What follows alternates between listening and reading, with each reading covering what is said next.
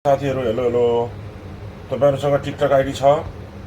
TikTok ID छ, monetise नहुने कन्ट्रीबाट छ होइन, मोनेटाइज नहुने कन्ट्रीबाट छ। अब तपाईँहरूलाई मोनेटाइज हुने कन्ट्रीको टिकटक आइडी चाहिएको छ, राइट? तपाईँहरूलाई टिकटक आइडी चाहिएको छ, तर तपाईँहरूले बनाउन सकिरहनु भएको छैन। टिकटक आइडी भने के गर्ने? गुगलमा जानुहोस्, tiktok.com क्लिक गर्नुहोस्, सर्च गर्नुहोस् है, tiktok.com tiktok.com क्लिक गर्नुभयो, के आयो? मेक योर डे tiktok.com भनेर आयो माथि। तपाईँले यहाँ जानुहोस्, साइनअपमा जानुहोस्, साइनअपमा जानुभयो, साइनअप फर टिकटक भनेर आयो।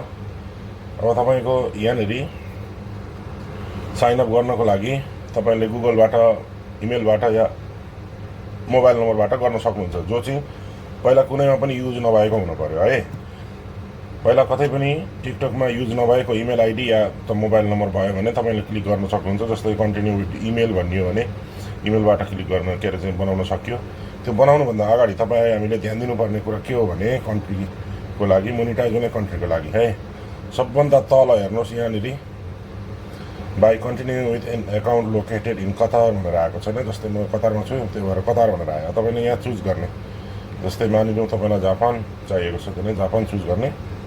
अब यहाँ जापान आयो, अब साइनअप गर्ने, त्यस पछाडि तपाईँको एकाउन्ट जापानको हुन्छ है।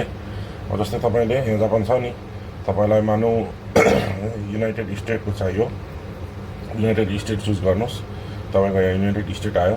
इभन मोबाइल नम्बरबाट तपाईँले लगइन गर्न सक्नुभयो या त तपाईँले इमेलबाट गर्न सक्नुभयो है। यसरी तपाईँले लगइन गर्नुहोस् है त।